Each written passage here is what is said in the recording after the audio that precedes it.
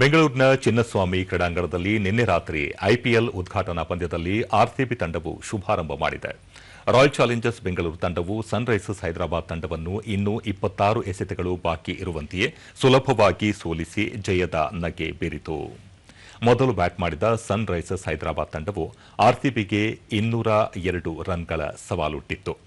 ಗುರಿ ಬೆನ್ನತ್ತಿದ್ದ ಆರ್ಸಿಬಿ ತಂಡದ ಪರ ವಿರಾಟ್ ಕೊಹ್ಲಿ ಅಜೇಯ 69, ದೇವದತ್ ಪಡಿಕ್ಕಲ್ 61 ಹಾಗೂ ರಜತ್ ಪಾಟೀದಾರ್ 31 ರನ್ ಗಳಿಸಿ ಕೇವಲ 15.4 ಓವರ್ಗಳಲ್ಲಿ ಪಂದ್ಯವನ್ನು ಮುಕ್ತಾಯಗೊಳಿಸಿದರು.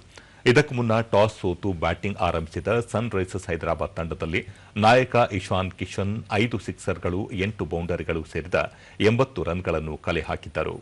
ಆದರೆ ತಂಡದ ಪ್ರಮುಖ ಬ್ಯಾಟ್ಸ್ಮನ್ಗಳಾದ ಅಭಿಷೇಕ್ ಶರ್ಮಾ, ಟ್ರಾವಿಸ್ ಹೆಡ್ ಹಾಗೂ ನಿತೀಶ್ ಕುಮಾರ್ ರೆಡ್ಡಿ ವಿಫಲವಾಗಿದ್ದು ತಂಡದ ಸೋಲಿಗೆ ಪ್ರಮುಖ ಕಾರಣವಾಯಿತು.